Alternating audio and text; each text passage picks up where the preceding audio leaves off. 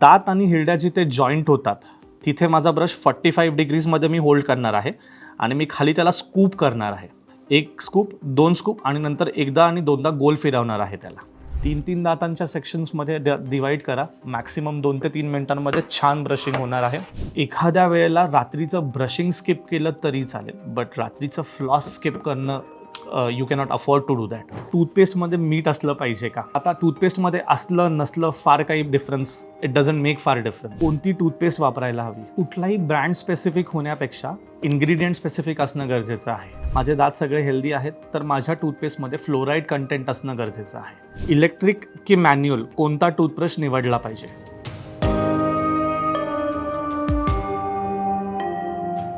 Hello everyone, मी doctor Harshal Vishwas Warpe, MDS आहे. माझं क्लिनिक आहे Sukhkarta foundation, doctor Warpe's happy 32 multispeciality dental care. आज आपण जे तुम्ही युजली गुगलला सगळे प्रश्न विचारता, फ्रिक्वेंटली आस्क क्वेश्चन्स, त्याच्याबद्दल डिस्कशन्स करणार आहोत, त्याच्या उत्तरं देणार आहोत. सो त्यातला पहिला प्रश्न आहे तुमचा, ओरल हायजीन खरंच महत्त्वाचं असतं का? येस, 100% येस आहे त्याचं उत्तर. खूप जास्त महत्त्वाचं आहे. डायबिटीसचे अर्ली सिम्पटम्स म्हणजे डायबिटीसचे अर्ली जे चिन्ह आहेत, लवकरचे जे चिन्ह आहेत, ते शरीरामध्ये कुठेही दिसायच्या अगोदर तोंडामध्ये दिसून येऊ शकतात. जसं की ब्लीडिंग गम्स हा डायबिटीसचा खूप अर्ली साईन आहे. जर त्याच वेळेमध्ये जर आपण डायबिटीज ओळखण्यामध्ये, कंट्रोल करण्यामध्ये जर सक्सेसफुल झालो तर पुढे जाऊन लाईफस्टाईल कॉम्प्लिकेशन्स खूप इझिली मॅनेज करता येतात. सेकंड एक्झाम्पल आहे की आमच्याकडे पेशंट्स बरेचसे असे येतात की आम्हाला युजली नॉर्मल काही जरी खाल्लं तरी फार जास्त तिखट लागतं. त्याकरता ते फिजिशियनकडे जातात. फिजिशियन त्यांना मेडिसिन्स देतात. मेडिसिनने ते तात्पुरतं कमी होतं. थोड्या दिवसांनी परत पेशंटला खूप स्पायसी लागायला लागतं. So if you go at that right time to the dentist तुम्हाला सांगेल की हे तोंडामध्ये फक्त तोंडातल्या प्रॉब्लेम्समुळे नाही आहे. त्याच्यासाठी ब्लड प्रोफाईल रन करेल, ब्लड टेस्ट ॲडवाईज करेल आणि जर तुम्हाला जेवण नॉर्मल अन्नसुद्धा तिखट लागतं आहे तर याचा अर्थ तुमच्या बॉडीमध्ये व्हिटॅमिन B12 डेफिशियन्सी असू शकते. तुम्हाला ॲनिमिया असू शकतो. ह्या कंडिशन्ससुद्धा तोंडातनं ओळखता येतात. टू समराईज दिस क्वेश्चन की ओरल हायजीन खरंच महत्त्वाचं आहे का? तर तुमचं ओरल हायजीन हे बाकी शरीराचा एक मिरर आहे. शरीरातले ऑलमोस्ट 80% ऑफ द आजार तोंडातल्या अर्ली सिम्पटम्समधनं ओळखता येऊ शकतात. So coming to the next question तुमचा आहे, नाश्त्याच्या आधी ब्रश करावा की नाश्त्याच्या नंतर ब्रश करावा? सकाळी उठल्यानंतर आपण जेव्हा आपलं रुटीन सुरू करतो त्यावेळेला सगळ्यात पहिल्यांदा एकदा छान चूळ भरायची. चूळ भरून तुम्ही तुमची ॲक्टिव्हिटी सगळी सुरू करू शकता आणि खाल्ल्यानंतर मग ब्रश करणं खूप महत्त्वाचं आहे. त्याचं रिझन असं आहे की आपण जेव्हा घरातनं बाहेर पडणार आहोत आपल्या डेली बाहेरच्या कामांसाठी, त्यावेळेला जे काही तुम्ही खाल्लेलं आहे ते परत दोन्ही दातांच्या मध्ये अडकणार आहे. दाताच्या अशा ठिकाणी अडकणार आहे जिथे नॉर्मली फक्त पाणी पिल्याने, फक्त चूळ भरल्याने निघणार नाही आहे. सो त्या गोष्टी फक्त ब्रशिंगनी निघणार आहेत. दिवसभरामध्ये तुम्ही बाहेरही बऱ्याचशा गोष्टी खाणार आहात. ब्रशिंग सकाळी उठल्या महत्त्वाचं आहेच, बट त्यापेक्षाही जास्त तुमचं फर्स्ट मील झाल्यानंतर करणं जास्त महत्त्वाचं आहे. नेक्स्ट क्वेश्चन आहे, कोणती टूथपेस्ट वापरायला हवी किंवा कोणती टूथपेस्ट बेस्ट आहे? कुठलाही ब्रँड स्पेसिफिक होण्यापेक्षा इन्ग्रेडियंट स्पेसिफिक असणं गरजेचं आहे. जसं फॉर एक्झाम्पल एखाद्याला काहीच इश्यू नाही आहे, हेल्दी बॉडी आहे, माझे दात सगळे हेल्दी आहेत, तर माझ्या टूथपेस्टमध्ये फ्लोराईड कंटेंट असणं गरजेचं आहे. फ्लोराईड जे आहे, फ्लोराईड एनॅमलला स्ट्रॉंग करतं. एनॅमल जितकं स्ट्रॉंग तेवढे दात स्ट्रॉंग राहणार आहेत, दातांचं प्रोटेक्शन जास्त होणार आहे. एखाद्याला इश्यू असतो की ब्लीडिंग गम्सचा इश्यू आहे किंवा माझ्या तोंडाचा फार घाण वास येतो, तर त्या केसमध्ये टूथपेस्टमध्ये क्लोरेक्झिडिन किंवा सोडियम फ्लोराईड हे कंटेंट असणं फार महत्त्वाचे आहे. क्लोरेक्झिडिन जो कंटेंट आहे तो तोंडाचं हायजीन चांगलं ठेवायला मेंटेन करतो. ऑटोमॅटिकली हायजीन चांगलं झालं तर ब्लीडिंग गम्स कमी होणार आहेत किंवा तोंडाचा वास येणं कमी होणार आहे. एखाद्याला ब्लीडिंग गम्स नसले तरी सेन्सिटिव्हिटी असते. सेन्सिटिव्हिटी मॅनेज करण्यासाठी स्टॅनस फ्लोराईड, सोडियम फ्लोराईड हे कंटेंट किंवा पोटॅशियम नायट्रेट हे कंटेंट असलेले टूथपेस्ट फार महत्त्वाचे आहेत. या गोष्टींमुळे किंवा या कंटेंटमुळे सेन्सिटिव्हिटी मॅनेज व्हायला हेल्प होते. सो नेक्स्ट क्वेश्चन आपला आहे, टूथपेस्टमध्ये मीठ असलं पाहिजे का? आपण ॲडव्हर्टाइजमेंट्समध्ये बघतो की आमच्या टूथपेस्टमध्ये नमक आहे, तुमच्या टूथपेस्टमध्ये आहे का? नमक अँटीसेप्टिक किंवा अँटीबॅक्टेरियल प्रॉपर्टी म्हणून खूप चांगली गोष्ट आहे, बट टूथपेस्टमध्ये असलं नसलं फार काही डिफरन्स, इट डझंट मेक फार डिफरन्स. बिकॉज आपली टूथपेस्ट जी आहे त्याच्यामध्ये बाकीचे जे कंटेंट्स आहेत ते अँटीसेप्टिक आहेत. प्लस आपला जो सॉल्ट आहे ना, हे खूप जास्त ॲब्रेसिव्ह आहे. तुमच्या टूथपेस्टमध्ये सॉल्ट आहे की नाही यापेक्षाही महत्त्वाचं टूथपेस्टची पार्टिकल साईज काय आहे. जर पार्टिकल साईज फार मोठी असणार आहे तर दातांमध्ये आणि ब्रशमध्ये घर्षण जास्त होणार आहे. आणि मगाशी सांगितल्याप्रमाणे जर घर्षण जास्त झालं तर एनॅमल वेअर ऑफ होणार आहे, एनॅमल झिजणार आहे. एनॅमल झिजलं की ऑटोमॅटिकली सेन्सिटिव्हिटी आणि बाकीचे प्रॉब्लेम सुरू होणार आहे. सो टूथपेस्टमध्ये नमक आहे की नाही आहे यापेक्षा टूथपेस्टची पार्टिकल साईज काय आहे, टूथपेस्ट तेवढी स्मूथ आहे का, टूथपेस्ट तेवढी सॉफ्ट आहे का, हे बघणं जास्त महत्त्वाचं आहे. इलेक्ट्रिक की मॅन्युअल कोणता टूथब्रश निवडला पाहिजे. अगेन हा पर्सन स्पेसिफिक उत्तर आहे याचं. दोन्ही टूथब्रश चांगले आहेत. इलेक्ट्रिकसुद्धा चांगला आहे, मॅन्युअलसुद्धा चांगला आहे. तुम्हाला किती वेळ आहे, तुम्ही त्याच्यावरती किती टाईम स्पेंड करू शकता याच्यावरती तुम्ही डिसाईड करा इलेक्ट्रिक वापरणं की मॅन्युअल वापरणं. त्यापेक्षाही जास्त तुम्ही ब्रशिंगला किती वेळ देता याच्याकडे जास्त लक्ष द्या. 2 ते 3 मिनटं ब्रशिंग इनफ आहे, मोर दॅन इनफ आहे, सफिशियंट आहे. फक्त ते 2 ते 3 मिनटं जे तुम्ही ब्रशिंग करताय त्यावेळेला फक्त ब्रशिंग ही एकच ॲक्टिव्हिटी होतीये याच्याकडे जास्त लक्ष द्या. उदाहरणार्थ मला पेशंट्स म्हणतात की अरे आम्ही 15-15 मिनटं ब्रश करतो, आम्ही 20-20 मिनटं ब्रश करतो, तरी आमचे दात का किडतात. कारण का तुम्ही 15 मिनटं जे ब्रश करता ना त्यातल्या 15 मिनटामध्ये 10 मिनटं तुमचं लक्ष फोनमध्ये असतं. फोन करता करता तुम्ही ब्रश करत असता किंवा तुम्ही TV बघता बघता ब्रश करत असता. ब्रशिंग ॲक्च्युली किती होतं हे कोणालाच माहिती नाही. सो 3च मिनटं ब्रश करा, आरशासमोर उभं राहा. आरशासमोर उभं राहून प्रत्येक दात व्यवस्थित घासल्या जातोय की नाही याच्याकडे लक्ष द्या. मग तुम्ही इलेक्ट्रिक वापरताय का मॅन्युअल वापरताय फार नाही फरक पडणार आहे त्या गोष्टीचा. नेक्स्ट क्वेश्चन आहे आपला, दात घासण्याची योग्य पद्धत कोणती आहे. उदाहरणार्थ हा आपला जॉ आहे, हा माझा ब्रश आहे, ठीक आहे. दात आणि हिरड्या जिथे जॉईंट होतात तिथे माझा ब्रश 45 डिग्रीजमध्ये मी होल्ड करणार आहे आणि मी खाली त्याला स्कूप करणार आहे. 1 स्कूप, 2 स्कूप आणि नंतर एकदा आणि दोनदा गोल फिरवणार आहे त्याला. अशा पद्धतीने प्रत्येकी 3-3 दातांचं सेक्शन घेऊन मी प्रत्येक वेळेला 45 डिग्री अँगलमध्ये धरला, खाली 2 वेळा स्कूप केलं आणि गोल फिरवलं. 3-3 दातांच्या सेक्शन्समध्ये डिवाईड करा. मॅक्सिमम 2 ते 3 मिनिटांमध्ये छान ब्रशिंग होणार आहे. दिवसातनं 2दा इनफ आहे, फक्त व्यवस्थित 2 ते 3 मिनटं ब्रशिंग होणं गरजेचं आहे. आपला नेक्स्ट क्वेश्चन आहे, टूथब्रश किती दिवसांनी बदलावा किंवा किती दिवसांनी बदलला पाहिजे. 2 ते 3 महिने हा एक स्पेसिफिक ॲव्हरेज टाईम आहे. 2 ते 3 महिने टूथब्रश गेलाच पाहिजे. बट याच्यामध्ये कसं आहे की एखाद्याचे दात फार झिजलेले असतात, व्हेरियस रिझन्समुळे झिजलेले असू शकतात. जसं की एखाद्याला फार ॲसिडिटी आहे, ॲसिडिटीमुळे दात झिजतात. एखाद्याला रात्री झोपेत नाईट ग्राइंडिंगची सवय आहे किंवा त्याचे फूड हॅबिट्स असे आहेत की दात फार लवकर वेअर ऑफ झालेले आहेत, दात फार लवकर झिजलेले आहेत. तर अशा केसेसमध्ये मी सॉफ्ट टूथब्रश वापरणं गरजेचं आहे. सॉफ्ट टूथब्रश आणि एक फार स्मूथ टूथपेस्ट वापरणं गरजेचं आहे. अशा केसेसमध्ये टूथब्रश माझा 2च महिने जाईल. बट तो 2 महिन्यापेक्षा जर कमी जातोय, एका महिन्यामध्येच तो टूथब्रश खराब होतोय, तर याचा अर्थ आपण फार हार्ड ब्रशिंग करतोय. माझे दात भलेही झिजलेले असू देत, मी भलेही सॉफ्ट टूथब्रश वापरत असेल तरी तो 2 ते 3 महिने जाणं गरजेचं आहे. माझा जर टूथब्रश 3 महिन्यापेक्षा जास्त टिकतोय, 4-5 महिने टिकतोय, तर याचा अर्थ आपण खूप सॉफ्टली ब्रशिंग करतोय. 2 to 3 मंथ्स हा एक गोल्डन टाईम आहे. त्या पिरियडमध्ये ब्रश टिकला पाहिजे, ना त्याच्यापेक्षा कमी ना त्याच्यापेक्षा जास्त. तुमचा नेक्स्ट प्रश्न आहे, फ्लॉस किती वेळा वापरला पाहिजे आणि तो रोज वापरणं गरजेचं आहे का. फार जास्त गरजेचं आहे रोज फ्लॉस करणं. तुम्ही एखाद्या वेळेला रात्रीचं ब्रशिंग स्किप केलं तरी चालेल, बट रात्रीचं फ्लॉस स्किप करणं you cannot afford to do that. Because आपण जे काही गोष्टी खातो, आपल्या इंडियन डाएटमध्ये बऱ्याचशा गोष्टी अशा आहेत ना, जशी मेथीची भाजी किंवा शेपूची भाजी, ही 2 दातांच्या फटींमध्ये जाऊन अडकते आणि तिथे ब्रश पोचणं प्रॅक्टिकली पॉसिबल नाही आहे किंवा ब्रशच्या ब्रेसल्स तिथपर्यंत नाही पोचू शकत. तिथे फक्त फ्लॉस पोचू शकतो. आपण बऱ्याचशा हॉलिवूड मूव्हीजमध्ये बघतो की ती ॲक्ट्रेस रात्री झोपताना फ्लॉस करून झोपते. It is a very good habit जी आपणही सर्वांनी सुरू केली पाहिजे. मी माझ्या पेशंट्सला कायम ही गोष्ट सांगत असतो की फ्लॉस रात्री झोपताना कंपल्सरी करा. बिकॉज 2 दातांच्या मध्ये जे अन्न अडकलेलं आहे ते फक्त आणि फक्त फ्लॉसनेच निघणार आहे. जर तुम्ही फ्लॉस मिस केलात, 2 दातांच्या मध्ये अन्न अडकून राहिलं, ओव्हरनाईट ते अन्न बॅक्टेरियाला अट्रॅक्ट करणार आहे. बॅक्टेरिया दातांवरती ॲसिड अटॅक्स करणार आहे आणि रिपेरेटिव्ह कंटिन्युअस ॲसिड अटॅक्स जर दातावरती झाले तर दात लवकर खराब होणार आहेत, दात लवकर झिजणार आहेत. So flossing is very important, at least once a day, रात्री झोपायच्या पहिला.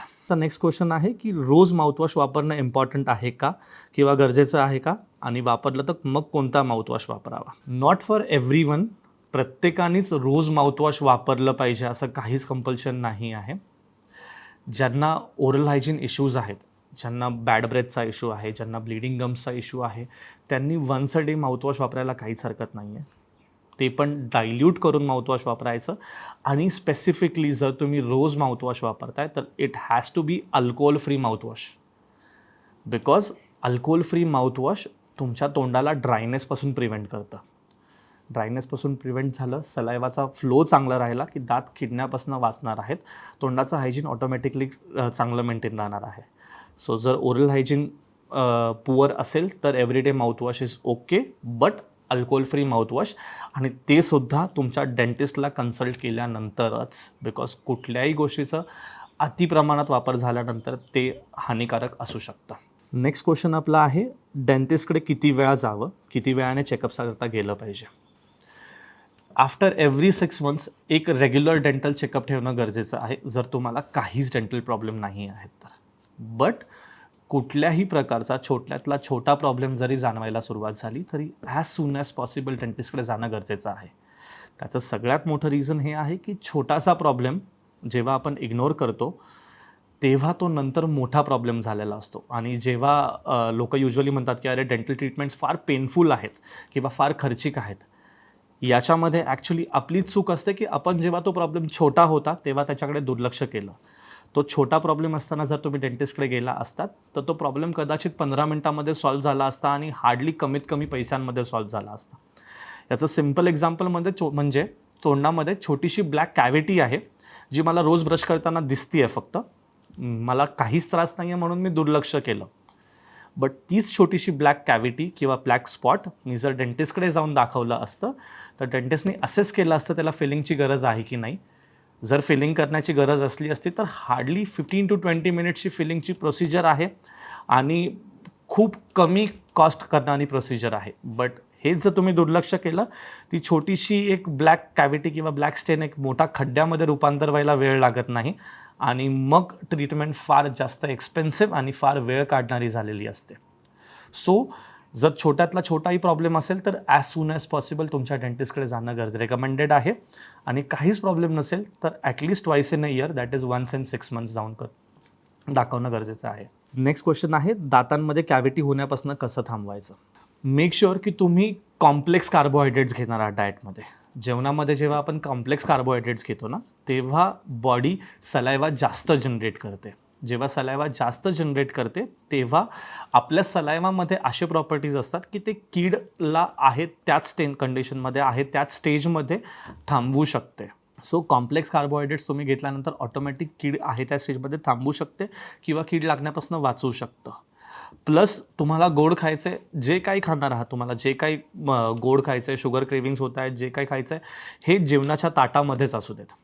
बिकॉज कीड लागण्याचं मोठं रिझन असतं इन बिटवीन मील्समध्ये आपण जे शुगर खातो किंवा इन बिटवीन मीलमध्ये जे चिप्स खातो, ह्या गोष्टी फार मोठ्या रिझन असतात दातांना कीड लागण्याचे. बिकॉज इन बिटवीन मीलमध्ये तुम्ही जेव्हा मध्ये आधेमध्ये स्नॅकिंग करता किंवा शुगर खाता, एखादं चॉकलेट खाता, त्यावेळेला body is not ready for that food. अशा वेळेला बॉडीमध्ये तोंडामध्ये सलायवाचं सिक्रिशन फार कमी असतं. मग ते कुठेतरी चिकटून राहतं, कुठेतरी अडकून राहतं. त्याच्यामुळे परत बॅक्टेरिया अट्रॅक्ट होतो, ॲसिड अटॅक्स होतं आणि कीड लवकर लागते. जे काही तुम्हाला खायचं आहे ते जेवणाच्या वेळेमध्ये खा, त्याच ताटामध्ये खा. सो कीड लागण्याचे चान्सेस कमी होणार आहेत. मगाशी सांगितल्याप्रमाणे अजून एक गोष्ट, रेग्युलर डेंटल व्हिजिट्स, जेणेकरून तुमचा डेंटिस्ट तुम्हाला रेकमेंड करेल कुठली टूथपेस्ट तुमच्यासाठी चांगली आहे किंवा कुठले रेग्युलर माउथवॉश तुम्ही वापरणं गरजेचं आहे, ज्याच्यामुळे तुमचे दात कमी किडतील किंवा किडण्यापासून वाचू शकतील. नेक्स्ट क्वेश्चन आहे, दात सेन्सिटिव्ह का होतात, त्यावर उपाय काय आहे? फार हार्ड ब्रशिंग, ॲसिडिक फूड, तुम्ही फार कोल्ड्रिंक्स वगैरे घेताय त्याच्यामुळे दात झिजणार आहे. ॲसिडिटी मेन रिझन असतं ज्याच्यामुळे दात झिजतात. बऱ्याचशा पेशंट्सला रात्री झोपेत दातावर दात घासायची सवय असते. नाईट ग्राइंडिंग म्हणतो आम्ही त्याच्यामुळेही एनॅमल वेअर ऑफ होणार आहे. कुठल्याही रिझनमुळे जर तुमचं एनॅमल झिजतंय तर तुमचे दात सेन्सिटिव्ह होणार आहेत आणि तुम्हाला त्याच्यामुळे त्रास होणार आहे किंवा पेन होणार आहे. सेन्सिटिव्हिटी कशी थांबवावी किंवा त्यावर उपाय काय आहे, आपण सुरुवातीलाच डिस्कस केलं. असे बरेचसे टूथपेस्ट येतात ज्याच्यामध्ये असे इन्ग्रेडियंट्स आहेत जे सेन्सिटिव्हिटी कमी करतात. ऑफकोर्स त्या टूथपेस्टने सेन्सिटिव्हिटी कमी होते, but again if you miss going to a dentist ह्या स्टेजला, तर प्रॉब्लेम काय होणार आहे की सेन्सिटिव्हिटी तुमच्या केसमध्ये कशामुळे होती आहे हे आपण मिस आऊट करणार आहोत. ते ट्रीट करायचं साईडला राहून जाईल आणि आपण फक्त सेन्सिटिव्हिटी कंट्रोल करू. त्याच्यामुळे डेंटिस्टकडे जाऊन आयडेंटिफाय करा सेन्सिटिव्हिटी कशामुळे होती आहे आणि मग जर त्यांनी सजेस्ट केलं की अँटी सेन्सिटिव्ह टूथपेस्ट वापरायची आहे तर तुम्ही अँटी सेन्सिटिव्ह टूथपेस्टकडे स्विच करू शकता सेन्सिटिव्हिटी मॅनेज करण्यासाठी. नेक्स्ट आहे बॅड ब्रेथ, तोंडाचा घाण वास का येतो आणि तो कशामुळे घालवायचा. त्याचेही बरेचसे रिझन्स आहेत. पुअर ओरल हायजीन हा सगळ्यात इम्पॉर्टंट रिझन आहे ज्याच्यामुळे तोंडाचा घाण वास येऊ शकतो. त्याच्या व्यतिरिक्त जिभेवर साठलेली घाण, इम्प्रॉपर टंग क्लिनिंग, तोंडामध्ये जर कुठलं इन्फेक्शन असेल, दात एखादा किडला असेल, या सगळ्या रिझन्समुळे तोंडाचा घाण वास येऊ शकतो. परत तेच की डेंटिस्टकडे जाऊन आयडेंटिफाय करा की तुमच्या तोंडाचा का घाण वास येतोय आणि मग स्पेसिफिक ती ट्रीटमेंट घ्या ज्याच्यामुळे तोंडाचा वास जाईल. घरच्या घरी तोंडाचा वास घालवण्याच्या कुठल्याही रेमेडीज ट्राय करायच्या नाही आहेत, बिकॉज आपण एखादा अंडरलाईन प्रॉब्लेम इग्नोर करू शकतो आणि तो प्रॉब्लेम मोठा झाला तर त्रास तुम्हालाच होणार आहे. नेक्स्ट प्रश्न आहे, दात तडकला किंवा दात तुटला किंवा पडला तर लगेच काय करता यावं किंवा काय करू आम्ही. हा फार महत्त्वाचा प्रश्न आहे, बिकॉज दात पडल्यानंतर डेंटिस्टकडे जाण्यापर्यंत हा जो टाईम आहे ना, याला आम्ही गोल्डन आवर म्हणतो किंवा गोल्डन पिरियड म्हणतो. त्या पिरियडमध्ये तुम्ही दात कसा पकडताय, तिथपासून तुम्ही दात कशामध्ये स्टोअर केला आहे, ह्या सगळ्या गोष्टी फार मॅटर करतात. उदाहरणार्थ, लहान मुलं खेळता खेळता, आता माझ्याकडे पेशंट्स येतात, आईवडील त्यांच्या लहान मुलांना घेऊन येतात. ते सांगतात की सकाळी शाळेत गेला होता मुलगा, खेळता खेळता दात पडला त्याचा. आम्हाला स्कूलमधनं फोन आला, आम्ही लगेच त्याला पळत पळत डेंटिस्टकडे घेऊन आलो. इथेच जर त्यांना ही गोष्ट माहीत असली असती की तो फ्रॅगमेंट जो होता, जो पडला आहे, तो जर त्यांनी नीट स्टोअर केला असता किंवा तो कसा स्टोअर करायचा हे जर त्यांना माहिती असलं असतं स्कूल लेवलला किंवा पेरेंट्सला किंवा टीचर्सला, तर तो फ्रॅगमेंट फार इम्पॉर्टंट त्या मुलासाठी झाला असता. बिकॉज जर उदाहरणार्थ दात खेळता खेळता पूर्णच्या पूर्ण दात पडला आहे, तो दात आपण वरच्या पोर्शननी, म्हणजे दाताला आम्ही 2 पोर्शनमध्ये डिवाईड करतो. एक आहे क्राऊन पोर्शन, दुसरा आहे रूट पोर्शन. इथे जर आपण बघितलं तर हा जो भाग आहे हा इतका दात आपल्याला तोंडामध्ये दिसतो, याला आम्ही क्राऊन पोर्शन म्हणतो. त्याच्या आतमधला जो दात आहे हा रूट पोर्शन आहे, जो की आतमध्ये हाडामध्ये आहे, हिरडीमध्ये आहे. सो खेळताना जर अख्खाच्या अख्खा दात पडून आला बाहेर, तर मी त्याला क्राऊन पोर्शनमध्ये होल्ड केलं. मी त्याला मुळांमध्ये नाही पकडणार आहे, मी त्याला क्राऊन पोर्शनला होल्ड करणार आहे. जर आजूबाजूला दूध अवेलेबल असेल, मिल्क अवेलेबल असेल, तर तो दात आपण मिल्कमध्ये स्टोअर करणार आहोत. जर मिल्क अवेलेबल होत नाही आहे तर स्वतःच्या सलायवामध्ये तो दात स्टोअर करायचा आणि तो ॲज सून ॲज पॉसिबल लवकरात लवकर डेंटिस्टकडे घेऊन जायचा. तो दात आपल्याला आहे तसा परत फिक्स करता येतो. तो दाताचा तुटलेला फ्रॅगमेंट आपल्याला आहे तसा परत फिक्स करता येतो. त्याच्यामुळे त्याचं स्टोरेज व्यवस्थित होणं, त्याला व्यवस्थित पकडणं फार इम्पॉर्टंट आहे. त्याच्यानंतर तुमचा नेक्स्ट प्रश्न आहे, पिवळे दात सेफली पांढरे कसे करावेत. याचा प्रश्न जर तुम्ही युजली ऑनलाईन सर्च केलात तर तुम्हाला लगेच ॲडव्हर्टाईज यायला सुरुवात होतात की घरच्या घरी दात पांढरे करा, घरच्या घरी तुमचे दात पांढरे होतील, हे इन्ग्रेडियंट वापरा किंवा हे टेक्निक वापरा आमचं. याच्याने काय होतं ना, मोस्टली जेवढे घरी होम ब्लिचिंग किट्स आहेत किंवा घरच्या घरी दात पांढरे करणारे कंटेंट्स असलेले गोष्टी आहेत, त्याच्यामध्ये दाताचं वरचं एनॅमल लेयर झिजवून आतमधलं नवीन लेयर एनॅमलचं एक्सपोज होऊन ते दात पांढरे करतात. आपल्याकडे ऑलरेडी फार कमी एनॅमल अवेलेबल आहे. जर आपण घरच्या घरी दात पांढरे करतोय, अशा इन्ग्रेडियंटनी दात पांढरे करतोय ज्याने आपलं अवेलेबल एनॅमल झिजणार आहे, तर तुम्ही डिसाईड करू शकता की we are doing teeth whitening at home at what cost. फार कमी एनॅमल अवेलेबल आहे. जर ते झिजलं तर लाँग टर्मसाठी सेन्सिटिव्हिटी, दात ठिसूळ होणं, दात लवकर किडणं ह्या इश्यू होणार आहेत. त्याच्यामुळे safe teeth whitening is the teeth whitening जे तुमचा डेंटिस्ट करतो, बिकॉज त्यांचे इन्ग्रेडियंट्स ॲब्रेसिव्ह नाही आहेत दात व्हाईटनिंग करण्यासाठी. So safe procedure is go to a dentist, get your teeth whitening done. To summarise everything, oral hygiene फार इम्पॉर्टंट आहे. It should never be neglected because it is going to cost you financially also a lot आणि तुमचा वेळसुद्धा भरपूर घेणार आहे आणि treatments नंतर फार एक्सटेन्सिव्ह होऊन जातात. याच्या व्यतिरिक्त तुम्हाला जर अजून कुठलेही प्रश्न असतील तर आम्हाला कमेंट्समध्ये नक्की कळवा. आपण त्याचेही उत्तर देण्याचा प्रयत्न नक्की करू. Thank you so much.